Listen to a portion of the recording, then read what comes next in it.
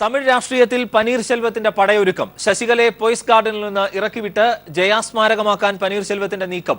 തന്റെ അനുമതിയില്ലാതെ പാർട്ടി അക്കൗണ്ടിൽ നിന്ന് പണം പിൻവലിക്കരുതെന്നും പനീർശെൽവം. ജയ പുറത്താക്കിയ IAS ഉദ്യോഗസ്ഥരെ പനീർശെൽവം തിരിച്ചെടുത്തു. ഗവർണർ വിദ്യാസാഗർ റാവു ഉച്ചയ്ക്ക് ശേഷം ചെന്നൈയിലെത്തും.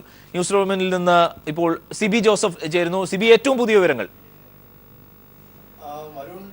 സംഭവവികാസങ്ങൾ രാവിലെ മുതൽ എടുത്തു നോക്കിയാൽ ഇന്ന് തമിഴ്നാട് രാഷ്ട്രീയത്തിൽ വളരെ കലുഷിതമായ അന്തരീക്ഷം. അതായത് പനീർശെൽവത്തിന്റെ ഭാഗത്തു നിന്നും അധികാരം കേന്ദ്രത്തിൽ നിന്നും അധികാരം ഉപയോഗിച്ചുകൊണ്ടും അതോടൊപ്പം തന്നെ ശശികലയുടെ ഭാഗത്തു നിന്നും തന്റെ പാർട്ടി ജനറൽ സെക്രട്ടറി എന്ന സ്ഥാനത്ത് നിന്നുകൊണ്ടുള്ള നിരവധി നീക്കങ്ങളാണ് നടത്തിയത്.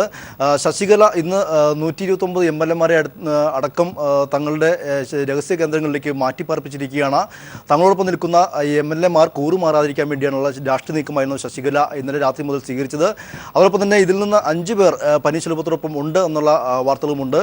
എങ്കിലും 22 പേർ തങ്ങളോടൊപ്പം ഉണ്ടെന്നാണ് പനീർശെൽവം പറഞ്ഞിരിക്കുന്നത്.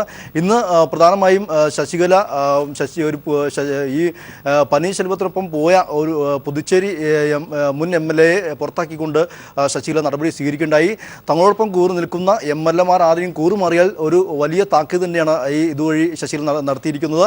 അതോടൊപ്പം തന്നെ പനീർശെൽവം ഈ സാഹചര്യത്തിൽ അധികാര കേന്ദ്രത്തിൽ ഇപ്പോൾ ഏറ്റവും പുതിയ വാർത്ത അനുസരിച്ച് ചെന്നൈ സിറ്റി പോലീസ് കമ്മീഷണറെ ജെ ജോർജിനെ നീക്കി എന്നുള്ള വാർത്തയാണ് ഇപ്പോൾ വന്നിരിക്കുന്നത്. ഇതുമായി ബന്ധപ്പെട്ടുകൊണ്ട് അദ്ദേഹം അല്പസമയം മുമ്പ് DGP-യുമായി ചർച്ച നടത്തിയിരുന്നു. അതായത് തങ്ങളോട് അനുഭവമില്ലാത്ത എല്ലാവരെയും അധികാര കേന്ദ്രത്തിൽ നിന്ന് മാറ്റുന്ന ഒരു സമീപനമാണ് പനീർശെൽവം ഇപ്പോൾ സ്വീകരിച്ചിരിക്കുന്നത്. അതോടൊപ്പം തന്നെ ശശികലയുടെ നിർദ്ദേശപ്രകാരം താൻ നേരത്തെ പുറത്താക്കിയിരുന്ന 2 IAS ഉദ്യോഗസ്ഥരെ അദ്ദേഹം തിരിച്ചെടുക്കുകയും ചെയ്തിട്ടുണ്ട്. തമിഴ്നാട്ടിലെ മുൻ ചീഫ് സെക്രട്ടറി ജ്ഞാനാദി കേശിനെയും അതോടൊപ്പം തന്നെ IAS ഉദ്യോഗസ്ഥനായ അതുൽ ആന്റനെയുമാണ് അവരുടെ സസ്പെൻഷൻ റദ്ദാക്കിക്കൊണ്ട് തന്നെ അവരെ തിരിച്ചെടുത്തിരിക്കുന്നത്. ഇങ്ങനെ അധികാര കേന്ദ്രത്തിൽ തന്നോട് അനുഭവമുള്ളവരെ കൂടെ നിർത്തുന്ന ഒരു സമീപനം പനീർശെൽവം സ്വീകരിക്കുന്നു. ഇന്ന് രാഷ്ട്രപതി ഇപ്പോൾ ചെന്നൈയിലേക്ക് ഇന്ന് വൈകിട്ട് 3 മണിയോടെ എത്തും. അതിനുശേഷം തമിഴ് രാഷ്ട്രത്തിൽ വലിയ ഒരു മാറ്റം ഉണ്ടാവാൻ സാധ്യതയുണ്ട്. ഇന്ന് വൈകിട്ട് 5 മണിക്ക് രാഷ്ട്രപതിയെ കാണാൻ വേണ്ടി ശശികല തയ്യാറെടുത്ത് കഴിഞ്ഞിരിക്കുന്നു.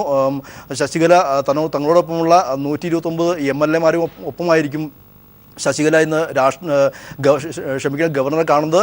ഈ ഗവർണറെ തങ്ങളുടെ ഈ നിയമസഭയിൽ തങ്ങൾക്ക് എല്ലാവിധ മുന്നേറ്റവുമുണ്ട്, അല്ലെങ്കിൽ തങ്ങളുടെ ഭൂരിപക്ഷം തെളിയിക്കാനുള്ള നീക്കമായിരിക്കും നടത്തുക. എന്നാൽ പനീർശെൽവം തങ്ങളോടൊപ്പം തന്നെ 22 MLA-മാർ ഉണ്ടെന്ന് പനീർശെൽവവും അവകാശപ്പെടുന്നു. ഈ ഒരു സാഹചര്യത്തിൽ കൂടിയാണ് തമിഴ്നാട് രാഷ്ട്രീയം പോകുന്നത്.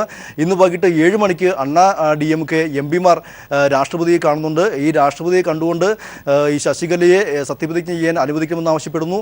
അതോടൊപ്പം തന്നെ ശശികലയ്ക്കെതിരെയുള്ള ഈ ഗവർണർ രാഷ്ട്രീയം കളിക്കുകയാണെന്ന രീതിയിലുള്ള കളിക്കുകയാണെന്നും ഈ MP-മാർ രാഷ്ട്രപതിയെ അറിയിക്കും. ഇത്തരത്തിൽ വലിയ സംഭവ വികാസങ്ങളാണ് ഇപ്പോൾ തമിഴ്നാട് രാഷ്ട്രീയത്തിൽ നടന്നുകൊണ്ടിരിക്കുന്നത്. എന്തായാലും 3 മണിക്ക് ശേഷം ഗവർണർ ചെന്നൈയിലെത്തും. അതിനുശേഷം ഈ ചെന്നൈ വിമാനത്താവളത്തിൽ വെച്ച് തന്നെ പനീർശെൽവം ഗവർണറുമായി കൂടിക്കാഴ്ച നടത്തിയേക്കുമെന്നുള്ള വാർത്തകൾ ഇപ്പോൾ പുറത്തു വരുന്നു. എന്തായാലും ഇപ്പോൾ വലിയ രാഷ്ട്രീയ നീക്കങ്ങളാണ് ഇപ്പോൾ തമിഴകത്ത് ഉണ്ടായിക്കൊണ്ടിരിക്കുന്നത്. അരുൺ, സിബി ജോസഫാണ് വിവരങ്ങൾ നൽകിയത് ന്യൂസ് റൂമിൽ നിന്ന്.